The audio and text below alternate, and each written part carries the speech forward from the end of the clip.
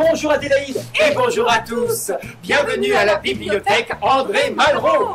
Du nom du célèbre écrivain, aventurier, homme politique, né en 1901 et mort en 1976, devenu célèbre avec la parution de La condition humaine qui obtint le prix Goncourt. et célèbre pour son Entre ici, Jean Moulin. Eh bien, sans plus attendre, Adélaïde, entrons illico dans la bibliothèque André Malraux.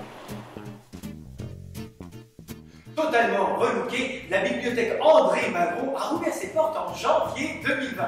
Après un an et demi de travaux, Avec ses travaux de réhabilitation, l'équipe a souhaité réorganiser les différents espaces afin de permettre plus de circulation et de confort pour les usagers. mais Jean-Loup, qu'est-ce que ces petits dessins que l'on voit partout? Eh bien, Adélaïde, ce sont les diables, D-Y-A-B-L-E-S. En effet, André Malraux ornait tous ses courriers adressés à ses amis, dont Louis Guillou, de ces petites créatures farfelues, mystérieuses et facétieuses. Choisies par la ville, elles servent de signalétique afin de cheminer au sein de la bibliothèque. Dans le salon, vous y trouverez des documents de loisirs, des romans, des DVD, avec un petit salon adapté pour visionner ce que vous voulez. Chut, pardon.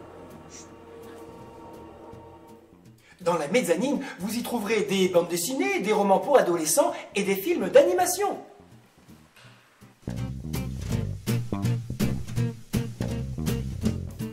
Lire vous fatigue? Lire vous prend le temps, Lire vous semble difficile? avec l'espace facile à lire. Enfin, des livres pour vous! Oh, regardez Jean-Loup, on peut aussi écouter des livres. Et oui, Adélaïde, grâce aux livres audio. L'accessibilité en bibliothèque, c'est aussi et surtout proposer des livres, des CD, des DVD adaptés à tous. La cabane est un espace constitué de 2 salles, dédiées aux enfants, mais également aux parents. Jean-Loup, il y a aussi des jeux de société. On joue à Bazar Bizarre. Elle est mieux construite que les autres. Venez au forum, assister toute l'année à des lectures, des conférences et des rencontres en tout genre. Et de Lyon, chut, pas Adélaïde, enfin. On avait pris soin d'entourer le camp d'une double ceinture. La doc, un espace dédié à la consultation de documentation et à la méditation.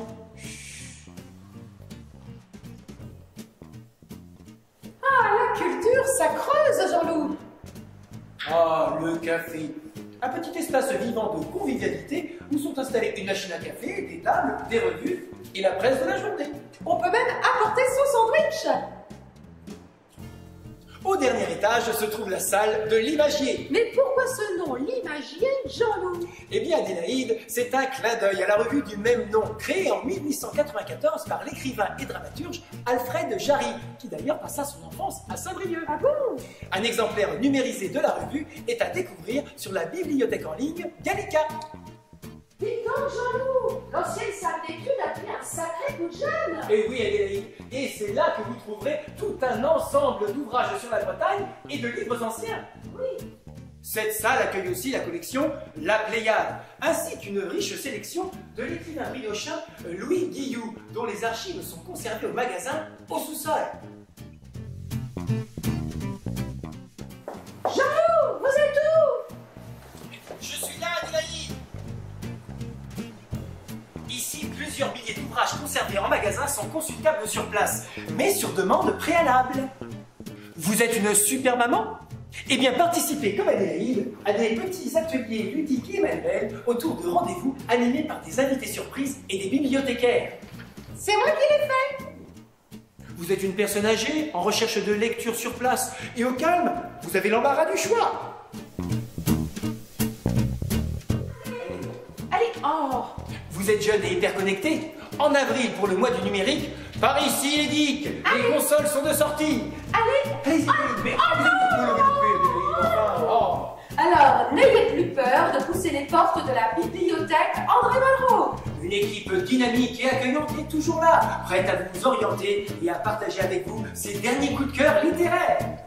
Ah, cette visite m'a épuisé, Jean-Loup. Oh oui, Adélaïde, Quel plaisir de pouvoir prendre un petit bain de soleil dans ces superbes transats, un livre à la main. Mais dites pas, Jean-Loup, la bibliothèque André Malraux n'a pas toujours été ici. Et tout à fait, Adélaïde.